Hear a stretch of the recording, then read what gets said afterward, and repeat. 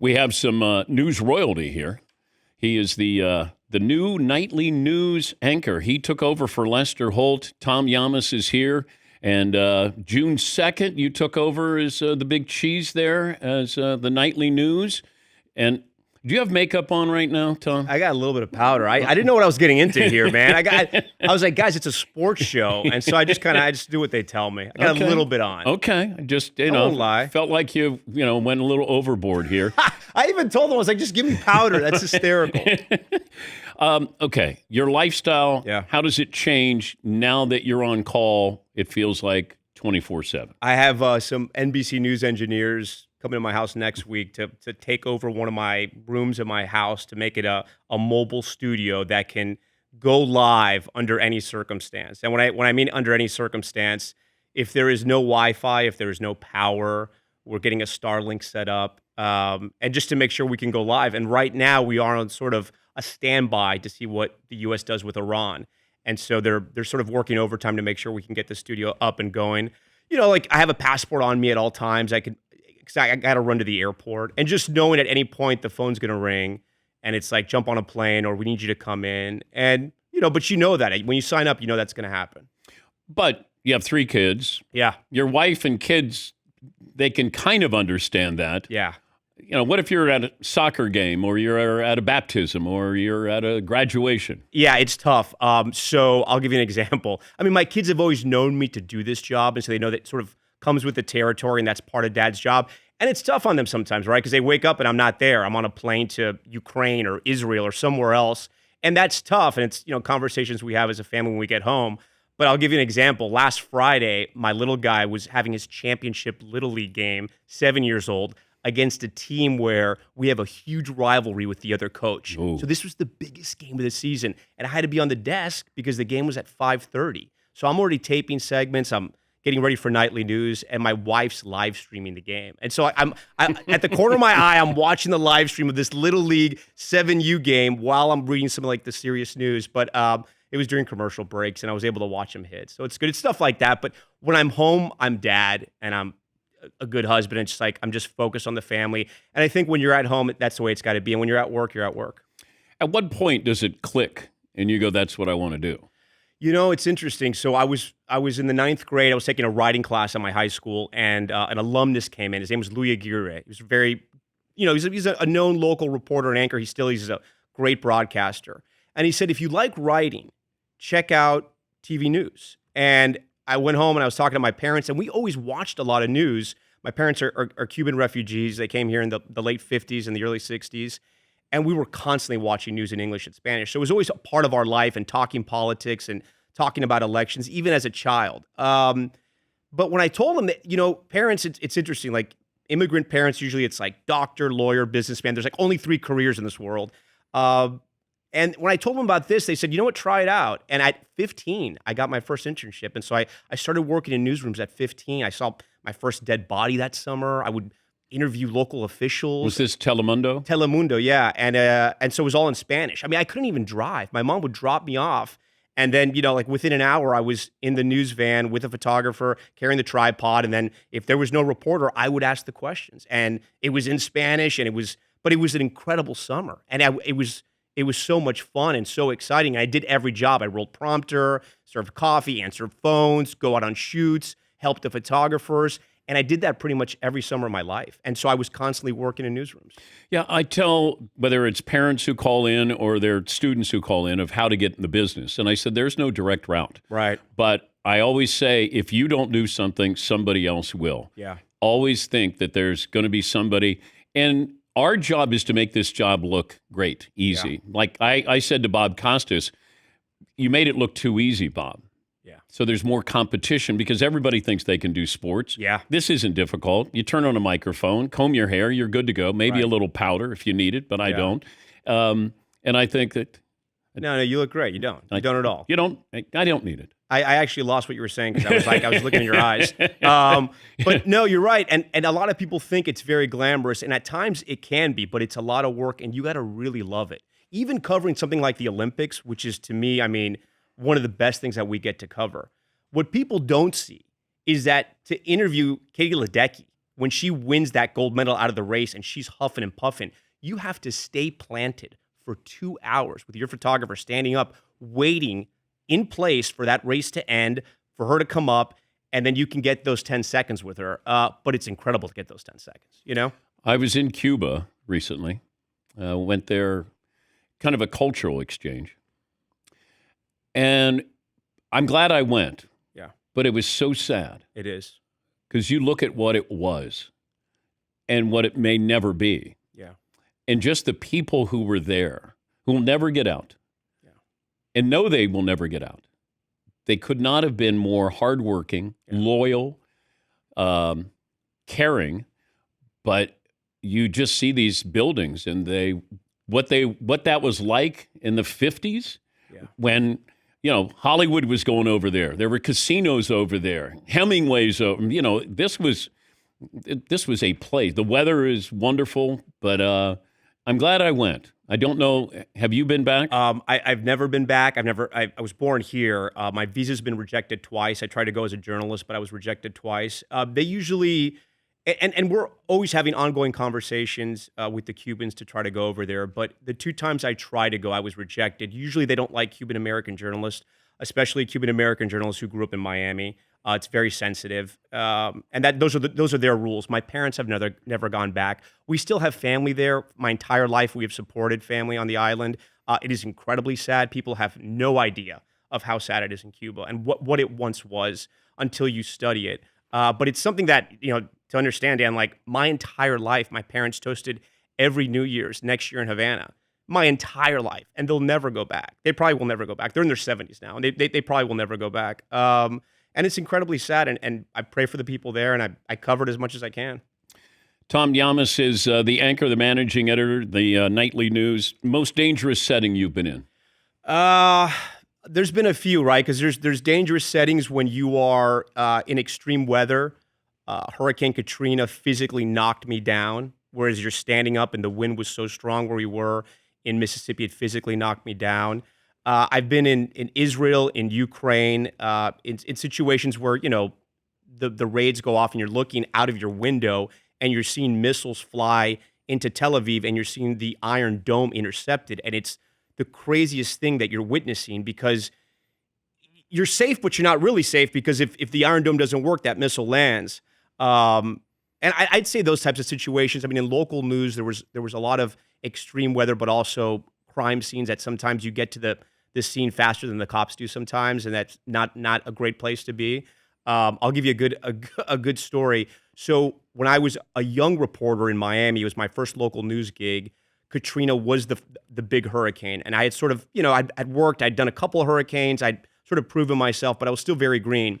And we were getting deployed to Mississippi, and we were going to work for NBC News and the local station WTVJ. And so I said, my uncle has got a house in Pass Christian, and I'm sure we could get great shots. We could cover the hurricane as it rolls in. And my photographer, who was a really experienced guy, covered a lot of hurricanes. He goes, look, man, this thing's a Cat 4, Cat 5. He goes, your uncle's house in the water, that's not a safe spot. I go, no, trust me, it's going to be great. It's going to be great.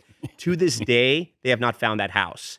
To this day. And thank God I listened to him. We were way inland covering the storm. We were still able to get everything.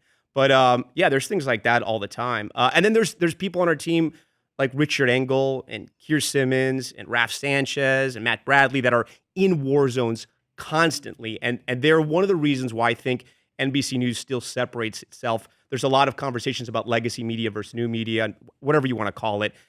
What I know is that our people, our teams are in there on the front lines day in, day out, and they've been doing it for decades. Competition with other news anchors? Yeah. Yeah. Yeah, you know it. Yeah. In everything, weightlifting. Yeah. No, I'm joking. Could you take David Muir? I mean, arm wrestling, he's got some big guns. But he's a good friend, and I worked there. I learned a lot from him and at ABC. But he really likes his hair. He's got good hair. He's got good hair. He does. He's got good hair. But he's a good guy too. And yeah, it's incredibly competitive. And I don't think you get here unless you want to compete. Journalism, to me, it's obviously about your viewers and it's about your readers and your listeners. And you got to make sure you get the story right. But you don't want to do anything mediocre. You want to be the best at what you do. And so, it's still highly competitive. And It doesn't drive us, but it's important to me because I think you want to put on the best show every night. Sports fans can be pretty rough. Sports. Oh my God! If you read a sports story and there's a stat that's wrong, it could be like 440 wins, and you say 441. I mean, you're going to get emails. Your Twitter's going to light up. But it's interesting because we're covering sports more and more in news, and I think it's a good thing. I actually think it's a good thing because there's some incredible drama happening in sports, and people are tuning into live sports events like they never have before. And so to me, that is a news event in some cases. Sometimes we'll look at the nightly news and you'll see the crossover story. Yeah. Like Caitlin Clark. Huge. We've been all over it. And I'll tell you why. Because every time I mention Caitlin Clark to someone, they have an opinion. And a lot of women have opinions about Caitlin Clark. And it's a story that's sort of driving a lot of emotion and interest. And one of the best things about the last incident that happened that I noticed right off the bat was you look at the sort of scuffle and the pushing down and the refs, but you look at that arena and it was packed and everyone was on their feet. And it's like the WNBA is generating an excitement like it never has before. It's not just Caitlin Clark; it's all the other great players, Angel Reese and everybody else. I mean, it has a moment now. Now, whether the refs have to catch up, we'll find out. But I love that we're like sort of at the beginning of sort of this transition, I think, for the league. But how do you decide when that sports story crosses over? I think when there's a visceral moment, I think when there's a story that's going to hit you here or here, that's going to sort of resonate with our viewers. We've done a few baseball stories. I'll give you a good example. The Yankees called up a catcher that had been a Miami Uber driver, Cuban-American guy.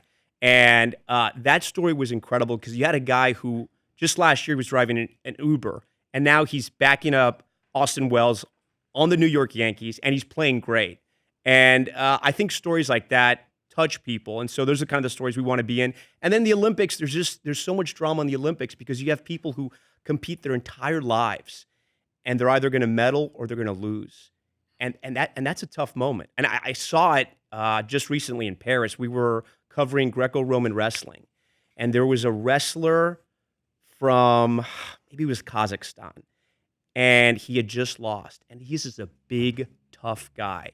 And he walks out to the press line. He does like an interview. And he just collapses and starts crying like a child. And when I tell you this guy was tough, I mean, cauliflower ear, just, muscles. It was just like, wow. Like you just can't believe it. But that's the drama that happens with the Olympics, especially for different countries where that is their ultimate sport. Is it required, mandatory, that you have to have a feel-good story at the end of the news? We want to leave people with something good because we're going to hit them with a lot because the world is tough. And then I could go granular on it. The research has shown that the viewers like it. They love There's Good News Tonight, that segment we do at the end. So if our viewers like it, we like it. Because at the end of the day, and I say this, and I drill this into our staff, we work for the viewer. If you go in there and you think it's about us or you think it's about NBC News, you're going to lose people. At the end of the day, you got to remember you're working for them. And if you do that, you usually get the journalism right. But they're required to say, Tom, and then they go into their report when you throw it out to the White House, and then they throw it back and they go, Tom? No, it's, there's feels no like it's required. There's no requirement. But, feels like it. But what you want to do is you want to make it conversational. I mean, you know this. I mean, you want to make it conversational. You don't want people to think that they're watching something else to take them out of it, that it feels fake or it feels not real or authentic. And I think it's what we try to create is just, hey, look, I know Peter Alexander, I know Gabe Gutierrez of the White House, and we're having a conversation. But you can call for a camera crew right now if you wanted to. Yeah. No, I have some questions about you. And so we got a couple people outside, including Keith Morrison. Oh. And so, yeah. Oh. It's a new Dateline. Yeah. We've had Keith Morrison on a couple times. He's amazing. He's the GOAT. But he didn't understand why he's so popular. Keith? Everyone loves him. But he goes, I don't know why you're having me on. And I go, you don't? He goes, no. My daughter said you're talking about me, and I don't know.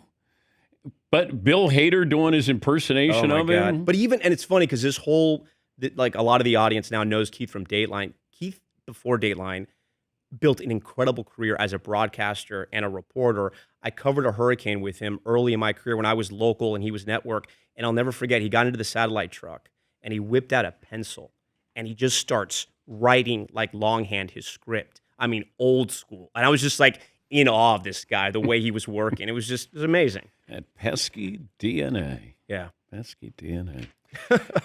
Hey, congrats. Thank you. Good luck. Thank you, Dan. And we'll be watching. Yeah. And you've opened my eyes here with this studio, with your team here. Yeah. This is pretty good, man. I thought I had it good. This is really good. I could see maybe you hosting this show one We day. could do. Oh, all right, Dan. You let me know.